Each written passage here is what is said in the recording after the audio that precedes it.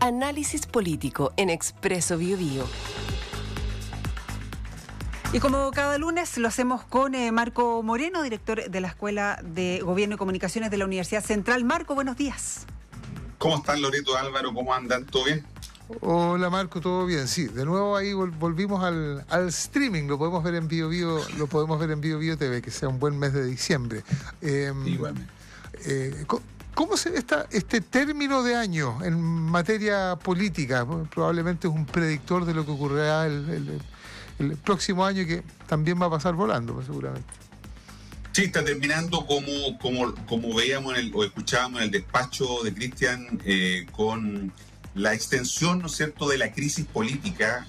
Lo hemos comentado muchas veces, Álvaro, Loreto, que estamos en una etapa más bien de extensión de la crisis, ¿no? Pasó la etapa más aguda de la crisis cuando se resolvieron las cautelares de Manuel Monsalve, pero seguimos en esta etapa extendida de la crisis. La conversación sigue estando en torno a lo que pasó en relación al caso Monsalve. Cuando tú me preguntas cómo termina el año para el gobierno, bueno, termina con una crisis en esta fase más bien permanente, ¿no? La comparecencia hoy día del jefe de asesores del segundo piso, del jefe de gabinete del presidente Carlos Durán, de la jefa de gabinete de la ministra del Interior, nos plantea, ¿no es cierto?, las dificultades que hay en el gobierno para gestionar las crisis, ¿no? En este caso, ¿por qué están hoy día los asesores principales del presidente compareciendo en esta comisión investigadora? Bueno, porque hay dudas respecto del rol que habrían jugado, ¿no es cierto?, en la gestión de la crisis, ¿no? Duda en el sentido de si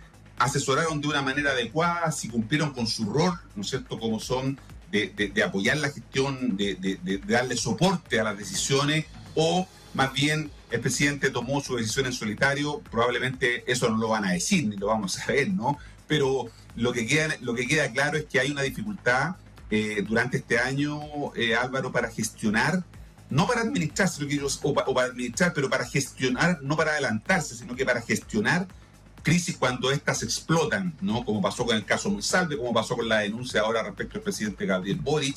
Eso es lo que estamos viendo, ¿no? Esta dificultad de los gobiernos en general, pero de este en particular, para poder gestionar adecuadamente las crisis, ¿no? Y, entre otras cosas, porque hay ausencia, diría yo, de una asesoría al gobernante efectiva. Predomina el apoyo cálido, el apoyo caliente, como se conoce, ¿no es cierto?, el apoyo emocional, la contención.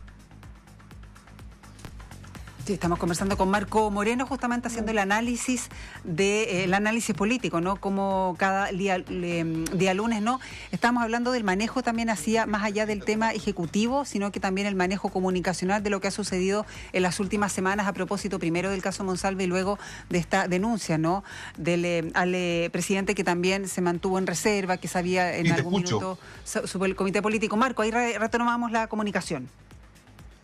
Sí, estoy de acuerdo contigo, Loreto, que la crisis política tiene este componente comunicacional y en donde los asesores juegan un rol importante, ¿no? Sí. No sabemos muy bien cómo le asesoraron.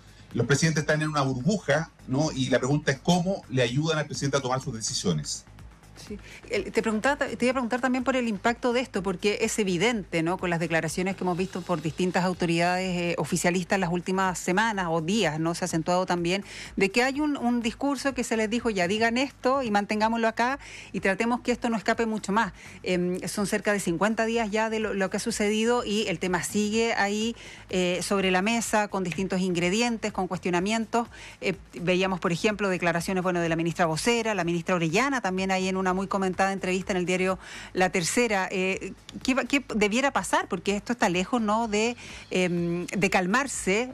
Claro, hay algunos puntos, ¿no?, o hitos de lo que ha sucedido en particular con el caso Monsalve, pero de aquí a fin de año, considerando que ya estamos en diciembre, ¿esto debiera decantar o ya hay que tomar algunas cartas más fuertes en el asunto? Bueno, lo que pasa es que buena parte de las responsabilidades políticas están en la moneda. Ese es el problema que tenemos hoy día, ¿no es cierto? O el problema que tiene el gobierno. ¿Se acuerdan en el caso Indultos, que fue también en diciembre del año 22, sí, en un caso muy bullado? Tuvieron que dar un paso al costado la ministra de Justicia y nada más y nada menos que el jefe de gabinete del presidente, ¿no? Entonces, de alguna manera eso permitió cerrar la crisis en cierta forma, y por eso que muchos se preguntan si esta no será también la ocasión de cobrar algunas responsabilidades políticas en la figura del entorno más cercano del presidente para intentar cerrar la crisis, porque de lo que estamos viendo hasta ahora, la crisis sigue extendida en el tiempo. Como decía Loreto, lo que se conversa es sobre eso y eso le impide al gobierno poder desplegar su agenda. En la CADEM, de nuevo, las prioridades ciudadanas, me parece que el orden es el siguiente. Está puesto en seguridad. Por una parte, también hay un pronunciamiento en relación al proyecto de la reforma de pensiones y un pronunciamiento en sentido de que la mayoría, 52%, prefiere que el 6% se vaya a las cuentas individuales. Es un proyecto que hay que tramitar, era un proyecto muy sentido de parte del gobierno.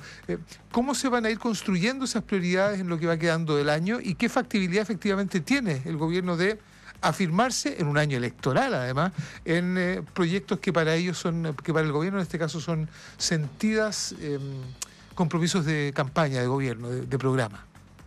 Sí, prácticamente tendrá que intentar hacer algo, Álvaro, en este mes, porque yo creo que a partir de marzo la oposición va a endurecer su rol en el Congreso, ¿no? Probablemente tengamos una posición más obstruccionista de la que hemos visto hasta ahora, porque como tú dices, vamos a estar en un año electoral.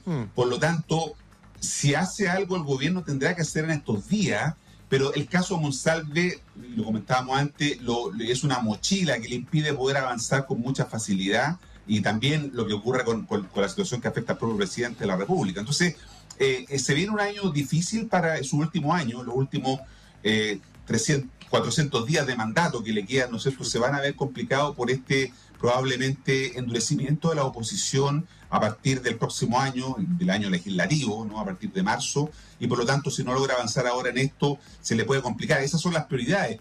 Creo que se va a enredar un poco también la agenda, Álvaro, con el tema que está pasando con la ley corta de ISAPRE, que puede convertirse en un problema, a pesar de que no es una resolución del gobierno, ¿no? Esto fue una resolución que tuvo un componente de la justicia y después en el Congreso, pero la gente no hace esa distinción, ¿no?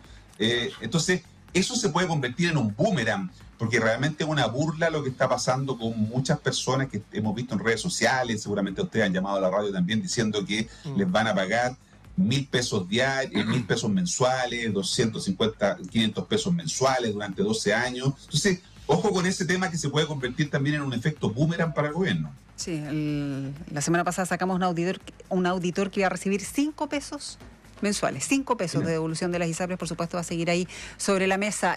Tú has dicho, claro, que desde marzo se va a acentuar el tema, sobre todo con la oposición ya en vista de las presidenciales y de las elecciones que hay el próximo año. Considerando que hoy día es el primer día hábil de diciembre, de aquí debiera haber quizás alguna calma entre oposición y oficialismo.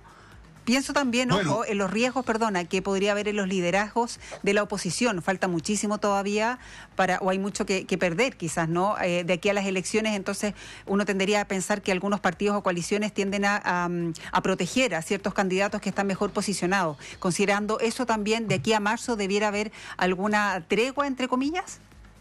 Sí, yo creo que por lo menos este mes debiera el gobierno intentar tener algún avance, como decíamos, en estos proyectos que está tramitando.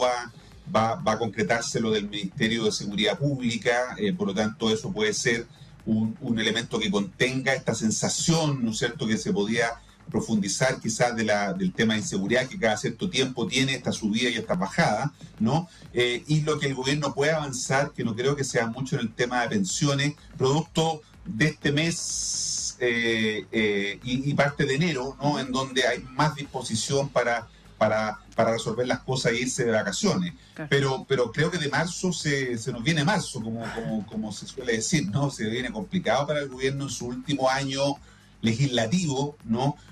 Propiamente tal, en donde seguramente va a tener una muy fuerte obstrucción de parte de la oposición, porque, como decía Álvaro, yo coincido con eso, año electoral, tenemos elecciones presidenciales. Me acordaba yo que en marzo, si no sé si ustedes se acuerdan, en diciembre del 2020, ¿no?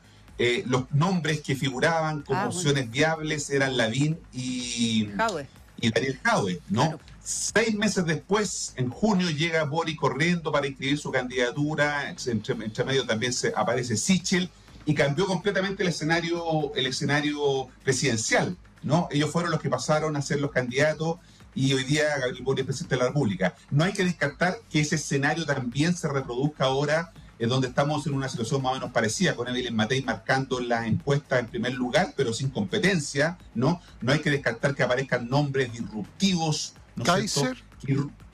Por ejemplo, que irrumpan como Kaiser, que ha mejorado su posición en las encuestas, pero que de acuerdo a los resultados electorales la gente está tendiendo a la moderación y no le gustan estos liderazgos también tan disruptivos como el que podría representar Kaiser. Sí, vuelve a surgir el nombre de Michelle Bachelet. También, exactamente. Pero bueno ese dato, claro, porque no hay nombres por sentados. Por eso decía que quizás hay que algunos partidos están buscando cuidar, proteger a algunos candidatos. Igual igual es que, no sé, pues como se están hablando de reformas políticas, bueno, ¿qué va a pasar con las reformas políticas, bueno, Marco? Porque igual en la primaria a la que usted hace mención, Jadwe, Boric, contrario a lo que pasa en las primarias en otros países, por ejemplo, ya la gringa, no votan los republicanos en la primaria demócrata, los demócratas no votan en la primaria republicana. Acá es interesante, pero fue mucha gente a la primaria, no me acuerdo cómo se llamaba esa primaria, Apruebo Dignidad, ¿puede ser o no? No me acuerdo si era. Apruebo Dignidad. ¿No es cierto? Pero la de la izquierda, mucha gente a votar por Boric para que no saliera Jadwe. Claro. Sí, no claro. O sea, tenemos hay datos de encuestas. No está de todas maneras, Álvaro, en el proyecto de reforma bien descafeinado. De las políticas. Tema político. Claro. Que es el acuerdo de los partidos grandes, ¿no? Renovación Nacional, la UDI, Bópoli y el Partido Socialista y el PPD. Aún así, que es una reforma insuficiente, ¿no es cierto? Que le faltan cosas, que no es perfecta, ¿no? Pero como decía la presidenta Michelle Bachelet, se acerca Oiga, a lo que soy es rebajar de 155 a 120 de nuevo. Claro. Y el umbral del 0.5 es lo que se está proponiendo, para que votación mínimo para que se pueda llegar al... Claro, y que no puedan los parlamentarios que renuncien una vez electos, ¿no es cierto?, por un partido, por ejemplo, para ser independiente, perderían su escaño, ¿no? Y con eso evitar esta ola de independentismo que tenemos en la política chilena, ¿no es cierto? Hoy día 1/3 de la Cámara de Diputados son diputados independientes, 1/3 más o menos de los alcaldes que fueron electos en la última elección, 106 de los 345 son independientes. O sea, tenemos un fenómeno que tiene que ver también con el agotamiento y la desconfianza de los ciudadanos en los partidos políticos. Por eso tenemos este fenómeno, que no es un fenómeno gratuito. Sí. Tiene que ver con eso, ¿no? Claro, y que irónicamente también la solución o la reforma al sistema político la están discutiendo y la van a votar los mismos... los villanos. Claro, los mismos políticos que se van a ver o perjudicados o beneficiados según el cálculo que se haga en su minuto a propósito de esto. Bueno, otro de los temas ahí que están comentando los auditores al WhatsApp. Marco Moreno, director de la Escuela de Gobierno y Comunicaciones de la Universidad Central. Muy buen diciembre, nos reencontramos la próxima semana. Igualmente, un abrazo.